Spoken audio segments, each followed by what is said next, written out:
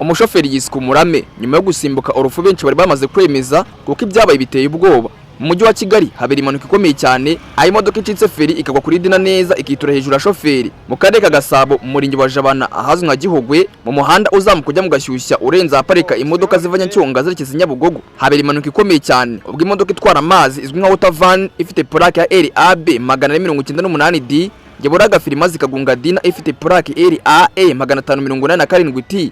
Nkuko mubibona murabona ko iri hejuru, bigaragara ko iyi modoka y'amazi yari igiye kuyirenga. Ababonye impanuka ikomeye bavuze ko byagenze, bavuze ko babonye kino gikamyo cy'amazi kimanuka cyihuta cyane. Benshi bari bahari mu muhanda bava mu nzira, maze kino gikamyo gihutaza amagare yari aparitse ku muhanda kirarenga gisanga Toyota Dina yagendaga izamuka maze kiragikandagira. Gusa ngo umushoferi wari uri muri Toyota Dina yari yamaje kubibona kare, ubundi aca mu idirishya ry'imodoka agwa muri rigori. Yakamyo ibisakanye n'iyo Dina yari iturutse imbere, ubundi hera kuri paraburize aho umushoferi wari yitwaye yari yicaye irashwanyaguza nkuko mubyibonera. Abaturage kandi bakomeje kubona ibyabaye batubwiye ko bakimara kubona ngo ibyo bibabaye se baza gutabara shoferi, ariko bamurebyemo baramubura. Kumbe Imana akinza akaboko shoferi yibereye muri rigori, niho yaguye nyuma yo guca mu idirishya ry'imodoka yaratwaye. Shoferi wari utwaye iyi modoka bitewe n'ubwo n'igishyika ntiyavuze menshi, usibye ijambo rimwe yavuze ati Mungu asifiwe, kuko niwe ukinza akaboko, kuko ibimbayeho ni montage yo gusimbuka urufu rwari rwakubonye. Ku ruhande rw'igikamyo kandi shoferi urugitwaye we yavuyemo yakomeretse cyane bikomeye, ndetse bamujyana kwa muganga ari indembe kuko iki gikamyo nicyo cyangiritse kurusha imodoka cyari kigonze.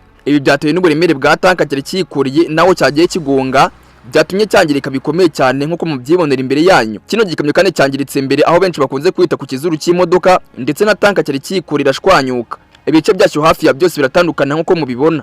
Abaturage bari bahuriye baje kureba bavuga yuko icyateye impanuka nta kindi usibye kubura feri ku iki gikamyo, dore ko benshi bavuze ko cyari gishaje cyane. Ni mu gihe kandi abandi bavuze ko usibye umunsi ubutaragira ngo ari kurebye byo kino gikamyo cyahurudutse, iyo biza kuba ngombwa ko mu muhanda haza kuba nk'abana cyangwa se nk'abantu benshi batambuka nko mu kivunge cy'abantu benshi, iyi modoka iba yakoze amabara atazibagirana hano Karurumu. Ni mu gihe abandi baturage basabye leta y'u Rwanda ko yabakosorera imiterere y'uyu muhanda kuko nawo urimo ahantu henshi hateza ibyago, dore ko ari na muto kandi ukaba n'igitaka. Sibyo gusa kandi banasabye ko nibura bamenamo n'amazi kuko ivumbi riri muri uyu muhanda rirenze ukwemera. Polisi ikorera hasi ku muhanda wa kaburimbo uherereye ku dusantere twa Karuruma, ubwo ni traffic police, yayisagubuka bidatinze iratabara, ndetse abakomeretse bajyana kwa muganga mbere na mbere, hanyuma itangira gukora iperereza ku cyateye impanuka imeze gutya. Polisi y'u Rwanda kandi yongeye kwibutsa buri mushoferi wese utwara ikinyabiziga ko adakwiye gushyira ikinyabiziga mu muhanda azi neza ko kitujuje ibisabwa.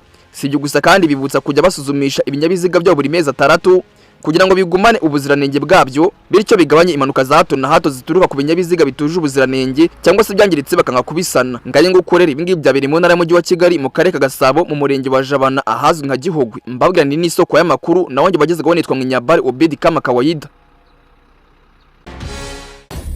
Obi Time News.